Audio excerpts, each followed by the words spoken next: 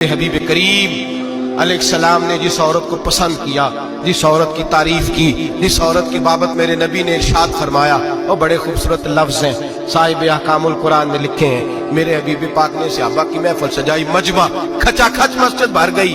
हुजूर ने फरमाया बोल के बताओ खैरुन निसा कौन सी है, औरतों में सबसे अच्छी बीबी कौन सी है, बोल करके बताओ।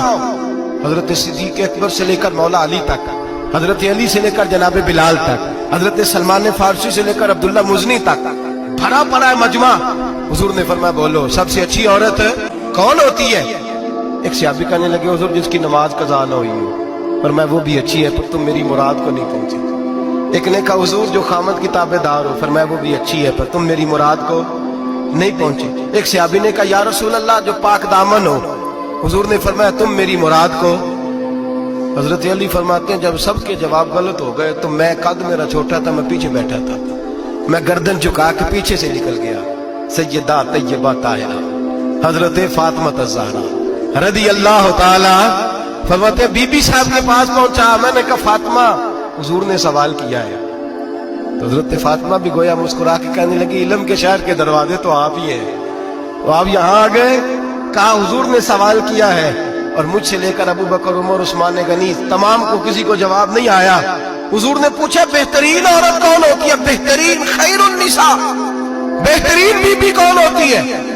हजरत सैयदा फातिमा कहने लगी अली बड़ी सादी सी बात थी, समझ नहीं आई। का फातिमा बतला दो इतनी सादी है तो। हजरत फातिमा कहने लगी सबसे बेहतरीन औरत वो होती है न कभी गैर महरम ने वो बीबी देखी हो। अगले जुमले भी याद रखने। और फरमाया ना उस बीबी ने कभी कोई गैर महरम देखा हो। सिर्फ मर्द पे पाबंदी नहीं कि वो औरत न देखे, फरमाया औरत पे भी पाबंदी है कि वो भी गैर महरम का चेहरा न देखे। फरमाया बीबी ने भी गैर महरम न देखा हो, वो खैरुन निसा है, वो सबसे आला। हजरत अली कहते मैं झट से आया, पीछे बैठा, बात अभी जारी थी, मैंने हाथ खड़ा कर दिया। मैंने कहा हुजूर मैं बताऊं। नबी पाक ने फरमाया बतलाओ। तो कहते मैंने कहा हुजूर बेहतरीन बीबी वो होती है जिसने न कभी गैर महरम देखा हो और न गैर महरम ने कभी उसे देखा हो। अली फरमाते हैं मैंने जवाब दिया तो मेरे रसूल की आंखों में आंसू आ गए। हुजूर रोए और फरमाते हंसते मुस्कुराते अचानक सहाबा के आंसू बरसने लगे।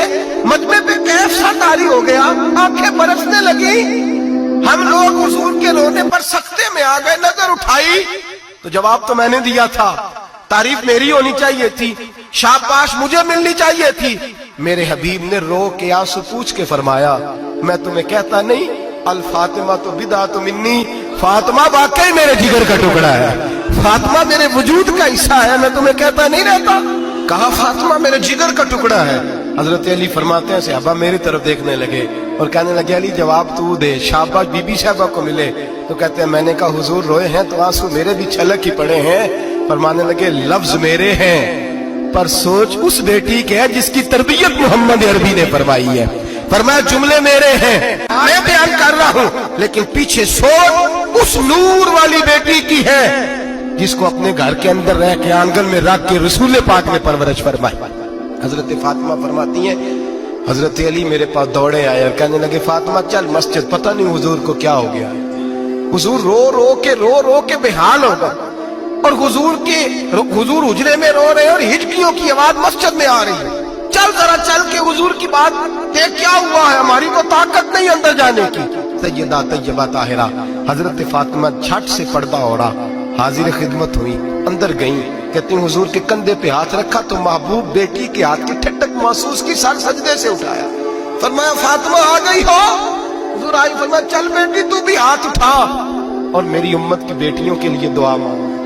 चल तू भी हाथ उठा मेरी उम्मत की बहनों माओं के लिए दुआ मांग।